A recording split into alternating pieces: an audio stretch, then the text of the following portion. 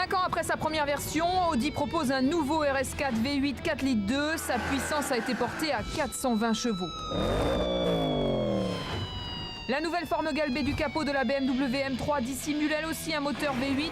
La puissance développée est de 420 chevaux pour 4 litres de cylindrée.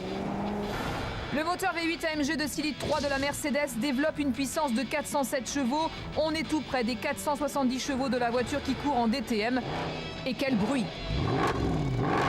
Allez, on se concentre pour un 0 à 100. On est prêt. Je fais un peu le moteur. Et c'est parti. Ouah, départ extraordinaire. Deuxième.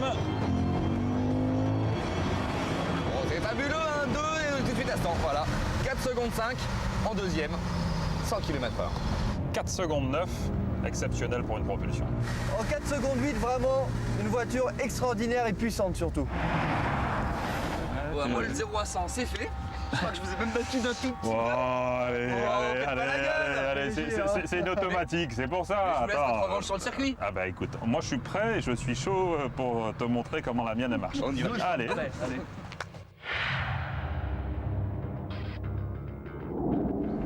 Pour profiter pleinement de ces 3 GT sur le circuit des Écuyers, les pilotes automoto ont choisi de déconnecter toutes les aides au pilotage. Sensation garantie.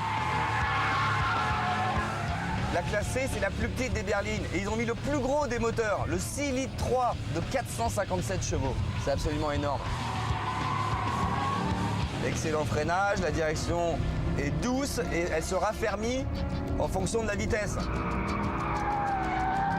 Direction sympa, vraiment extrêmement directe, très réactive pour une berline.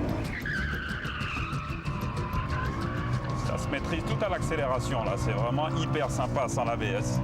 On sent vraiment les 40 mètres kg de couple. Voiture qui jusqu'à 8300 tours développe un peu plus de 400 chevaux. Regardez, ça glisse sympathiquement. Je vous présente l'Audi RS4, V8 4 litres 2, FSI Quattro, 420 chevaux. Wouh! C'est vraiment extraordinaire. Alors on peut voir le comportement de la voiture qui est vraiment fabuleux, très sain.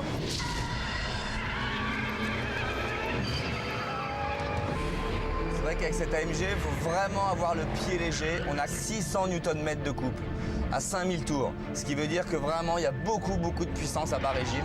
Donc vraiment, il faut le doser l'accélérateur. C'est vrai, le seul petit défaut de cette Mercedes AMG, ce que je pourrais lui reprocher, c'est que l'environnement intérieur n'est pas en harmonie avec le côté bestial de la ligne extérieure. Un couple extraordinaire, une motricité hors pair, des freins qui manquent un peu de mordant, mais malgré tout, très bien pour une voiture aussi lourde.